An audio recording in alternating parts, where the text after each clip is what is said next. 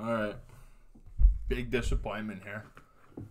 You don't have a podcast until you just do an hour and a half podcast and realize it wasn't fucking recording. Am I blood red mad? Yeah. Am I sweating right now? A little bit. Am I going to do another one that's not going to be as funny? Yeah. Is this it? You bet your sweet ass it is. I literally just went an hour and a half. I had a pumpkin spice latte and just fucking dove in head first. And I was fucking absolutely fired up. My camera here was blue, which means it's recording. My mic was red, meaning it's recording. Fucking QuickTime here was fired up, and it wasn't showing me the time. So I was like, oh, I downloaded like a new one, so I'm like, it's just an update. Nope, wasn't recording. It took me 90 minutes of ranting and raving about nonsense, which is what a podcast is, to realize none of it fucking recorded. So I'm pissed. I'm fucking pissed because it was really funny and it was good. And now I'm going to go maybe 30 minutes on this one. It's going to be just a couple highlights because I feel like I'm just fucking repeating myself. And that's going to be it. That's going to be fucking it. Because I'm pissed. But we're doing it because every Friday we're dedicated. We're fucking dedicated. And we're going every fucking week till this thing's huge. And that's how it is. So we're doing it. I'm rattled right now. I'm fucking rattled. I'm wearing my Toronto shit. We're in Toronto. I still have bad hair. I'm wearing the fucking glasses. They're blue light glasses. I have decent eyes. But holy fuck, I'm pissed. Because I just went 90 minutes. I didn't record. Fuck me. So this podcast is going to be titled Fuck Me. Because I'm just pretty much just going to fucking cry about this for half an hour and be shitty. I'm not, though, because I'm a fucking champion. So I'm going to overcome this right away. I'm going to snap in entertainment mode. I'm going to fucking say all the shit I just said. And it's going to be fucking funnier this time. Because I got the kinks out. And you're going to fucking piss yourself laughing. You're going to tell all your friends. You're going to tell your mom, your dad, your grandpa, the fucking aunt that touched you at summer camp. You're going to tell fucking everybody. And it's going to be huge. And that's what we're doing right now. Because I'm still hyped up on caffeine from that latte. So until I'm burnt out from that, you're not stopping me, technical difficulties. I'm gonna fuck ya. You're not gonna fuck me. You fucked me. You know that fucking Keanu Reeves movie where he's like, they tie him up and they're beating him up and he's like, you came to my house. You came to me. You fucked me. That's how I feel right now to my fucking QuickTime. You fucked me. And that's how we're going. And I'm rattled, but we're getting over it. So we're shooting on November 1st, day after Halloween, the Halloween hangover.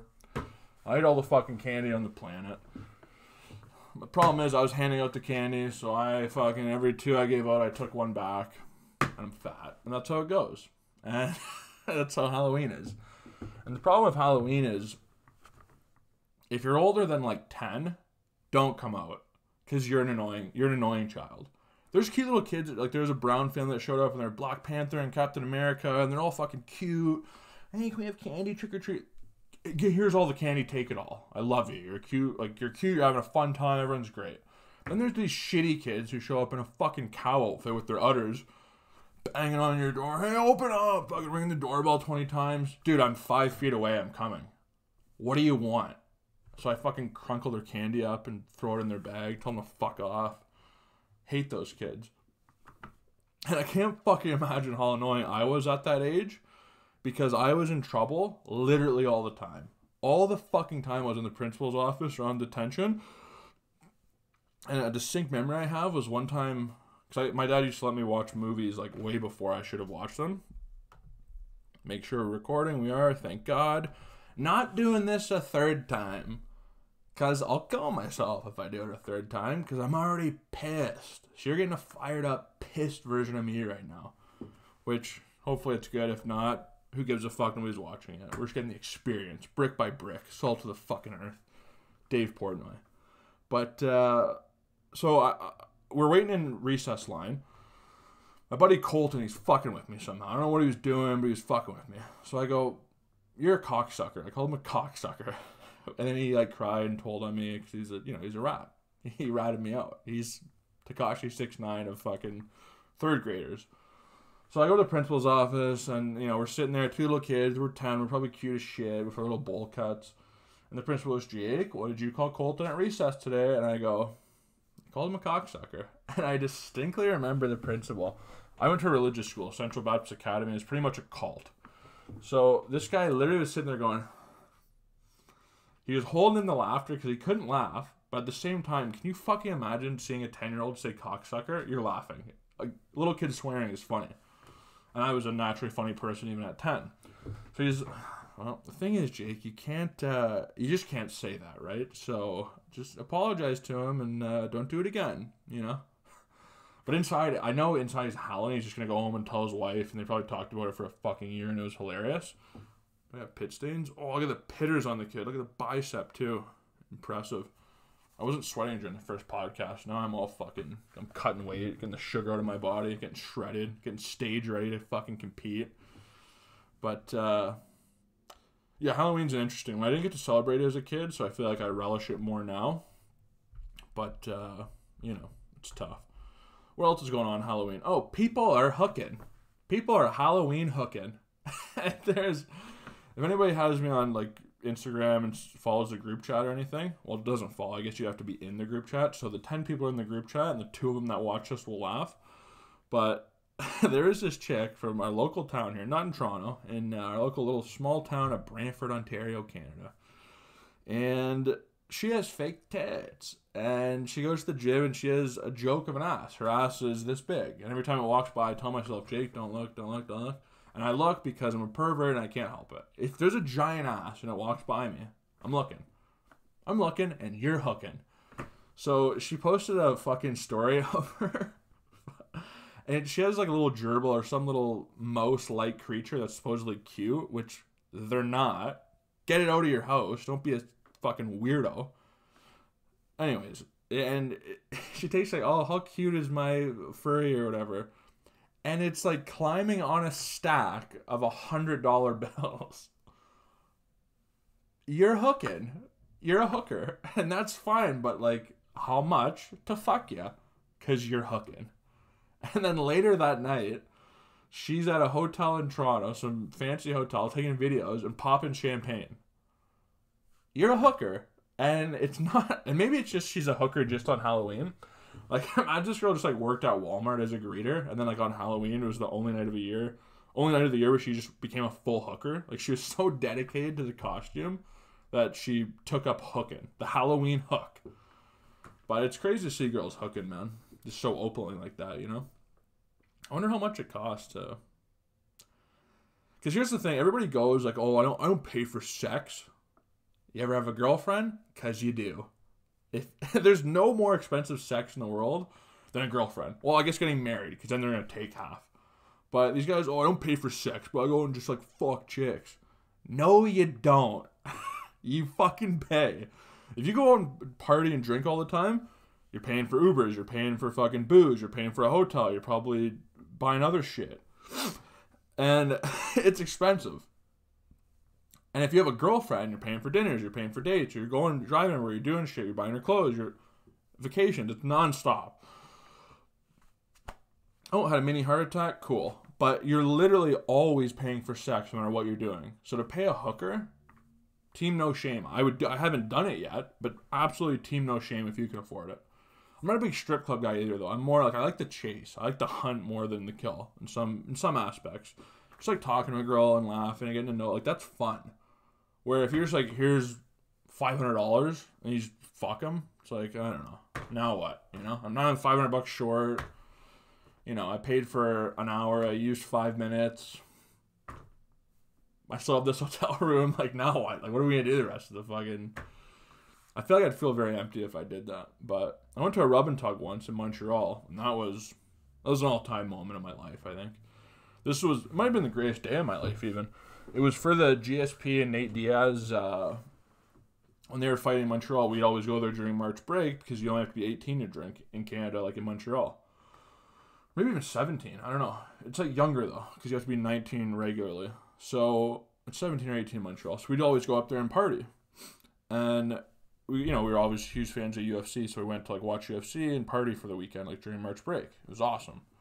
And we go there, we see Nate Diaz and GSP at the weigh-ins, we sneak out back. I'm like, it's in like the Bell Center, like where the Canadians play, that arena.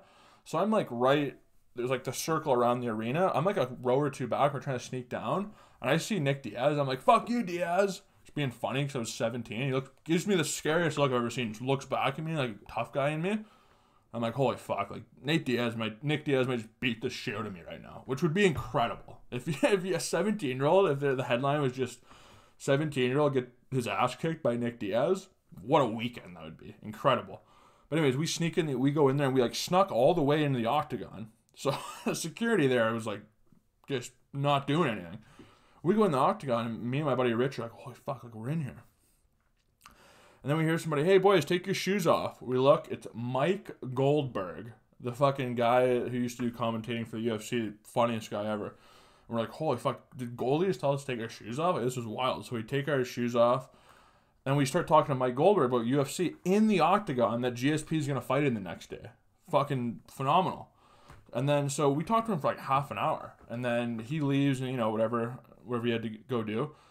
And me and Rich are like, well, fuck, I think we have to, like, fight in here because, like, we're in the octagon. So we start, like, wrestling with each other against the cage, throwing kicks. Like, we're fucking each other. It's like, this is the coolest shit ever. And then we see, like, 20 security guards. That's way an exaggeration. We see, like, 5 or 10 security guards at the gate. And they, like, gives us one of these. Like, he's fucking dadding us and goes, come here, guys.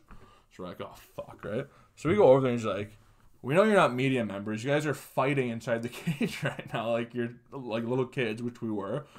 So you guys have to go. Like, you have to leave the arena. Whatever, no problem. We're not getting fined, nothing. I don't care. So he's like, can you just do us a favor and not tell anybody about this? Not tell anybody about this because it makes our security look bad. Nope. Just told it on my podcast. And now it's on YouTube, bitch. So the security at Bell Center, you can probably get away with fucking anything.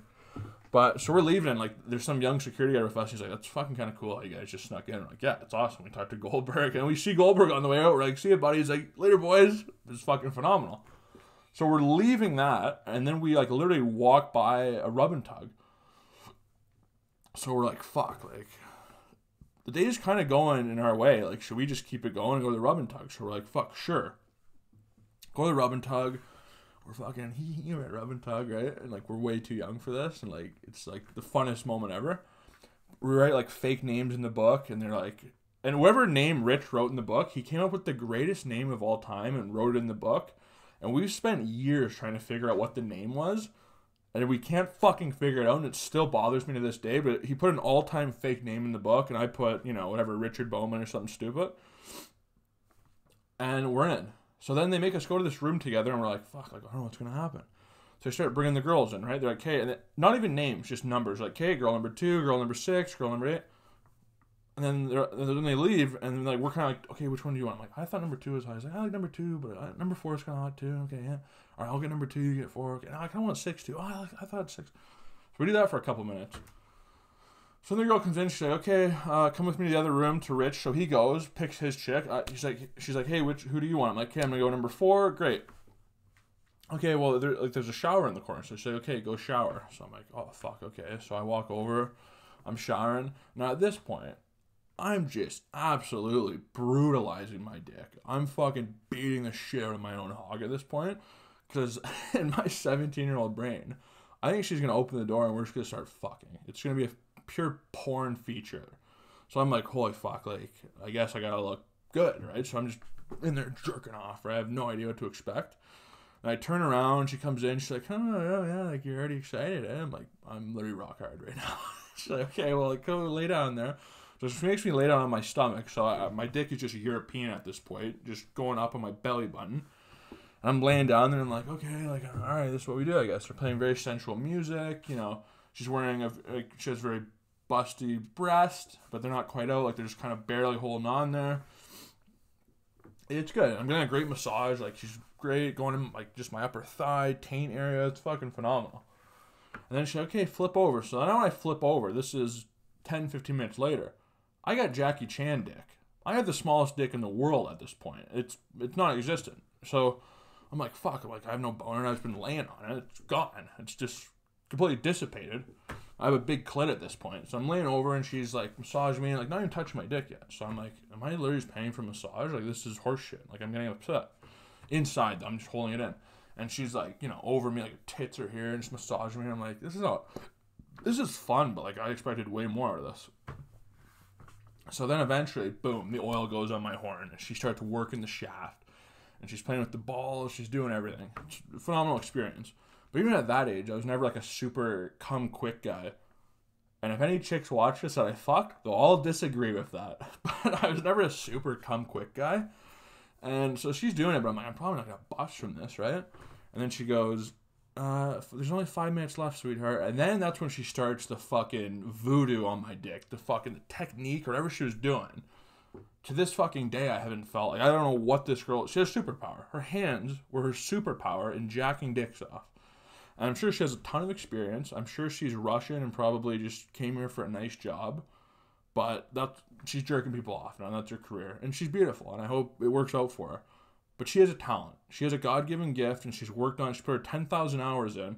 And it's fucking phenomenal. So I'm sitting there. And then obviously I'm just, oh fuck. I'm just busting nuts everywhere. So she cleans it up. It's great. Okay, getting another shower. I hope you had a good time. Phenomenal. This is the greatest day ever. So I clean it up. I go out. You know, I pay, I gave her a little tip or whatever. I'm like, dick, and then also money. And then I'm waiting for Rich, and, you know, Rich, I'm like, fuck, what's going on with Rich? Like, is now he maybe a male sex slave? Are they harvesting his organs? Did he not bust? Does he not pay her? Like, what's happening here? Like, my mind's wandering. So he comes out after, and he's kind of, like, giggling. I'm like, dude, what happened? He's like, yeah. So it was all right, but I didn't think I was going to bust. And then, like, at the 5-minute marker, I'm like, dude, same. At the 5-minute marker, they fucking started doing the voodoo shit on your dick. He's like, yeah. And then I just fucking busted. It was crazy. I'm like, oh, fuck, yeah. So we're leaving. We're like, this is the fucking coolest day ever. This is fucking awesome. So we're kind of walking around. And then we go to this little sports bar. I think it was called, maybe Hoops or something. I don't know. It's some bar in Montreal that has, like, 3 levels. First level, people are just kind of eating and bullshitting. Second level is, like, pretty rowdy. Third level, people are just doing shots and openly doing cocaine. Like, just... They're doing key bumps in the middle of the bar. They're doing public rips. Nobody gives a fuck.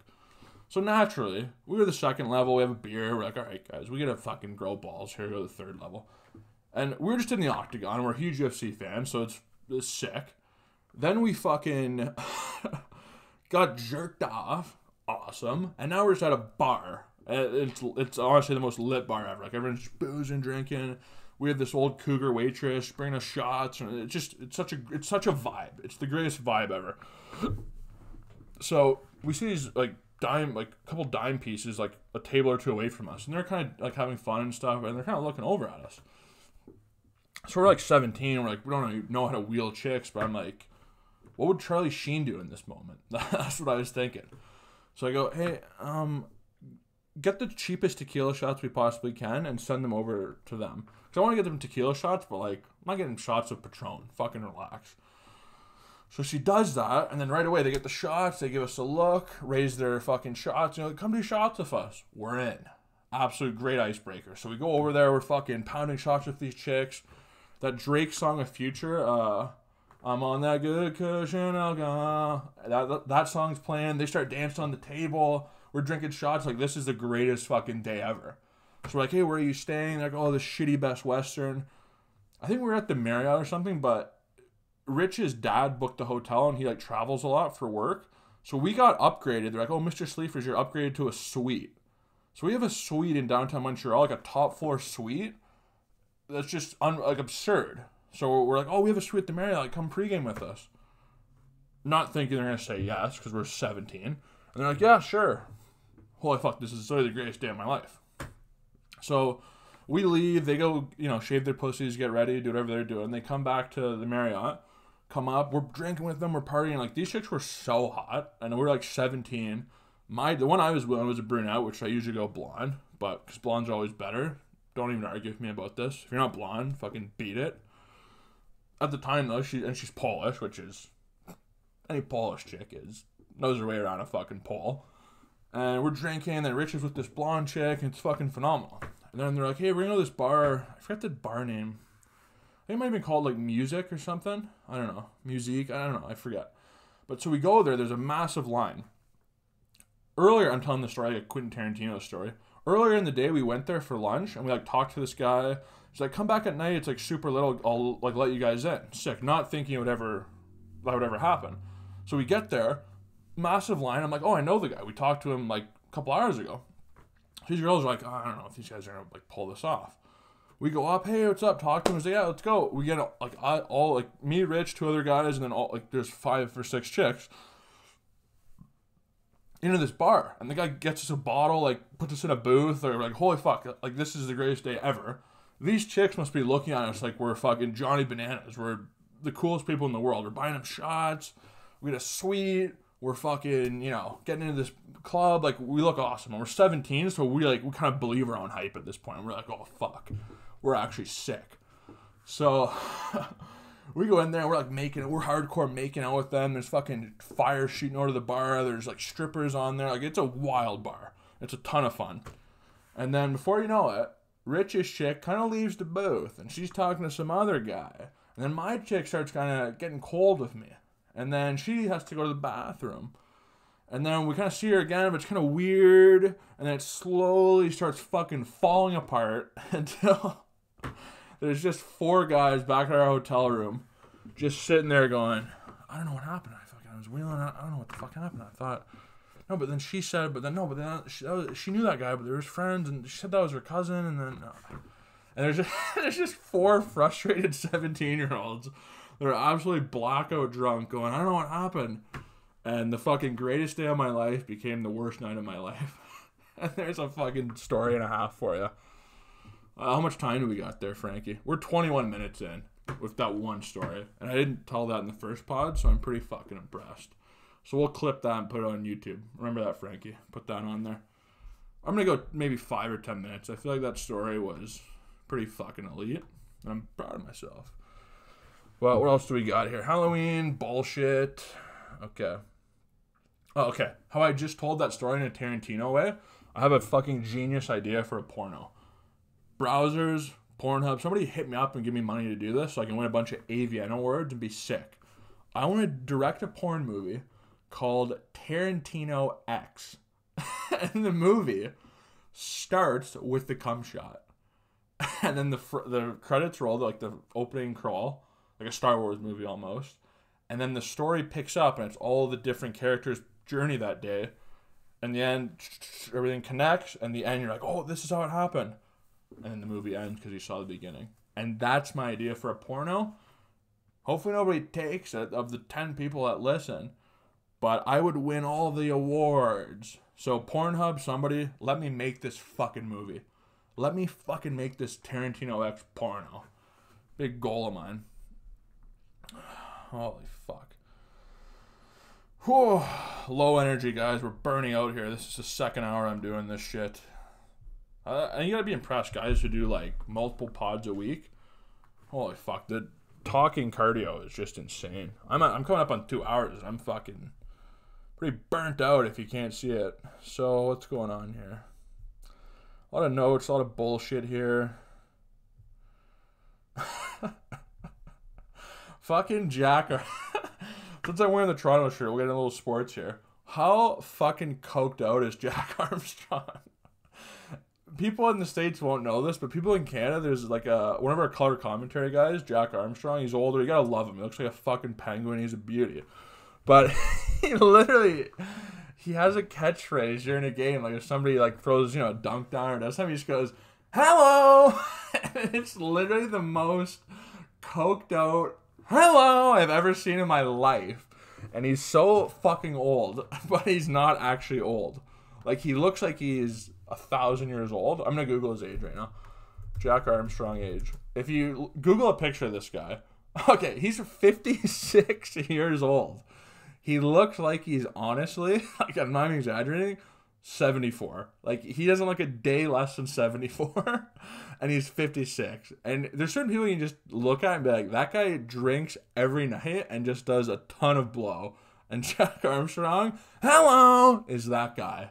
And he's my fucking hero, and I hope we got him another fucking 100 years. He's a legend, so shout out to that guy. There's a real genuine shout out there. Because one thing with this pod, everybody asks for a shout out now. Everybody wants to be a little bit famous. Hey, Jake, show me on your pod. Hey, mention. If it comes up, I'll mention you. If it doesn't, I'm not just going to go, hey, Billy from San Francisco, shout out to that guy. I'm not going to do it. So stop asking. Or people are like, hey, I want to come on your pod. Maybe when it gets good and people watch it. I'm not doing guest on here. Nobody was fucking there for me before I started this. I'm not letting you come on here once it's big. So beat it. And another thing, everyone has advice now. Everybody fucking, hey, you should do this, you should do that, you should do... No. Everybody all of a sudden is fucking Gary V and just knows how to blow up on social media. You got 10 followers. You don't know anything. Hey, you should do this, you should get Twitter. Somebody straight up said to me, they're like, get famous people on. Oh, dude, I didn't think of that. Oh, fuck. Thanks for telling me that. I didn't think of that before. Let me go through my fucking Rolodex right here. Oh, Leonardo DiCaprio. Hey, Leo, come on my podcast. Yeah, oh, it's Jake Brennan. Remember that thing that time we never met? Yeah, okay, cool. Yeah, just come on it. How many subscribers? I don't know, maybe like 30, 100 million, 30. But yeah, so just come on. It'll be really fun. Just talk about your movie. Talk about the fucking environment or some shit. Whatever, great. It doesn't work that way, people. You do this shit until enough people fucking catch on or you quit. And that's how it goes. Something goes viral on fucking TikTok or some stupid thing blows up. And then I got 1 million followers and I'm making cheddar. Or I fucking quit and get a job working in a fucking office and I just become gray and like everybody else and I'm a loser and kill myself. Those are really the two options here. So, fucking, I don't know, man. But yeah, let's get famous people on, dude. Speaking of Leonardo DiCaprio, that guy has a dating history and a kill list that's fucking unrivaled. There's nobody in the fucking world that has a fucking list like Leo has. Not a lisp like I have, a list of kills. This guy's, every hot chick ever he's fucked. Every hot girl ever, every actress, every model, anybody hot he's fucked. He fucked Rihanna at Coachella. Do you know how much money I would pay just to watch those two fuck? Imagine watching Leo, one of the greatest human beings of all time. Arguably the best actor, arguably just, you want to hang out with him. It's impossible not to love that guy. And then Rihanna, arguably the hottest girl of all time, a sexual goddess. Fucking 5-head, her skin, her mocha skin, her tits, her fucking ass. That girl would suck your soul out. And they're come together for Tarantino X. Fuck. Imagine. We're putting that out in the universe. Tarantino X with fucking Leo DiCaprio and Rihanna. I would straight up pay $100 to watch that. Just to watch it on pay-per-view. Comment in the fucking comment section here how much you'd pay for that. My number's $100. $100 to watch that. And you can watch it on Tarantino X. Only on pay-per-view. And I'm fucking bagged. We got 28 minutes here. I'm going 2 minutes and I'm getting out of here. Hello! I'm fucking out of here. Alright, we'll do a quick movie review. I want to get more into films here. I watched this movie called Hostiles with Batman in it, with Christian Bale. Good movie. And the chick, Rosamund Pike, or whatever. The chick in Gone Girl who fucks with Ben Affleck. Great actress. She used to be a Bond girl too. So the movie it starts off, and any great movie starts with a good opening scene. Which, in Tarantino X, it's a cum shot. In this, she's on like a farm kind of thing, and a bunch of these like Comanche native people show up and just fucking scalp her husband, like murder her family. So right away you're like, holy fuck, I can't believe this is a movie. I'm watching this. And she's like screaming, and she's hiding in the woods, like under a rock. And these guys are walking by and their faces are painted in blood, and they got the big, like mohawk thing, and it's fucking terrifying. So right away I'm like, holy fuck, I'm into this movie. Like, I'm totally in. Then they show Christian Bale, and pretty much Christian Bale is like an army guy who just fucking, he's racist pretty much. He likes to fuck with native people. He thinks they should all be like, put in jail or murdered, and like he's super racist. But he plays it off like, oh, I'm only doing my job, but secretly he's like a bad guy. So his job, his like commander or whatever, is like, you have to take Chief fucking Longbow back to Montana because he has cancer, he's gonna die, but he should like be in his home soil before he dies. Which, first off, how do you know he has cancer? This is like, there's no machines. He coughed a couple times. You're like, oh, Chief Longbow has cancer. Like, I don't know. So, and Christian Bale's like, no, fuck off. I'm not doing that. Like, I fucking hate Native people. So eventually he's like, well, if you want your fucking money and you want your retirement money, do this, or we're just going to fucking fire you and you'll have no money. So it's like, fuck, I have to do this. So he gets his boys together and they fucking ride out. The moment they get away from their city, they're like, fucking cheat these Native people up. Like, fuck, they're always fucking with them, right? And the chief and his son are really like good people. And like the natives are very nice because there's, I'm not trying to be racist, but there's like a certain type of native and there's like the Comanche, which were in this movie the bad people, and the other natives were like good people. So they're riding out, and then the fucking Comanche show up. They fucking kill a guy. They start problems. So then Chief Longbow's like, let me and my son after them, and like we'll fuck these guys up. And even the one, like even in the little battle there, the son fucking, he's cuffed up and he grabs the guy, like chokes him out. So like, holy fuck, these guys are weapons. So Christian Bale like doesn't want to do it, but he's like, okay, fine, whatever. So the native guys just fucking destroy all these Comanche native guys, like fuck them up. And then they go to this one town and they try to like get rid of, they pick up the chick who her family got killed on the way. Like during their journey, they grab her and she's all like emotionally distressed and all fucked up. But it was like, you know, she's going to fuck Christian Bale. Like they show up and you're like, oh fuck, this is the girl that Batman's going to fuck. So then they're going down the path and they go to this small town and they want to drop the chick off. And she's like, no, I want to keep going with you. And they pick up this guy played by Ben Foster, which is, if you Google this guy, he plays the same role in every movie, but he's a great actor. He's always like the gritty, kind of shady character. And he's like, him and Christian Bale, him and Batman know each other. And because they used to like kill natives together and like scalp them or something. She's like, oh, we're the same guy. Like, I don't know what the fuck you're talking about. But because then I think he killed like a white family or something. So now they're like, oh, we have to kill you because you can't kill white people. So the movie talks about race a lot. So they're going, he talks to one guy to like unbuckle him, and he kills him, grabs the horses, leaves. This other guy who's depressed the whole movie chases after him, kills him, and then shoots himself in the head because he's like, I've done a lot of bad shit in my life, which he probably did, who knows. Then they finally get to the area where they're going to drop Chief fucking Longbow off and his son at, so they drop like all their families off. Great. Chief Longbow fucking, and he fucking dies. They're doing a whole native thing. It's beautiful. It's fucking absolutely beautiful. Christian Bale kind of, before the guy died, he was kind of like, I'm sorry, I've done fucked up shit. You know, part of me is going to die with you, and I'm going to like be a better person now. Great, he's redeemed. Then all these racist white guys show up on fucking horses, and they're like, that fucking native's here. We're going to fucking, he can't be here. We're going to kill you too. A shootout breaks out. Everyone's fucking shooting everybody. All the native characters die. All the fucking native characters die, except for Christian Bale. So Batman obviously lives. The hot chick, and Chief Longbow's grandson lives. So you're like, holy fuck, like, this is awful. So then they're like, you know, a year later, or 6 months later, they're getting dropped off at a train station. And there's fucking, the blonde chick is going to adopt Chief Longbow's grandson now. I think his name's like Little Bear. So Little Bear's like, sick, I have a rich mom, like my life's probably set now. In the big city, it's going to be awesome. I'm going to get 15% off everything. My life's good. I'm going to get free education. I'm set. So he's kind of getting cocky at this point a little bit. And then Christian Bale, Batman, he's still kind of hurt by everything. You can tell he's kind of fucked up. And then he's like, and then him and the chick love each other. So then they get on a train and they're like, okay, bye. And then he's kind of debating it. And then he goes and he jumps on the back of the train, opens the door and goes in. So he's like, fuck, that's how, like, he went with them to get a family. And I think they ended up going to Gotham City, and Little Bear became fucking Robin, that chick became Catwoman, and that's the next fucking Batman movie. That's fucking Movie Minute with Jake Brennan, the first one. We're 34 minutes in. The first podcast was not recorded. We'll get to it next week. Maybe we will, maybe we won't, who knows. Hopefully like the Montreal story and a shitty movie review. I'm out.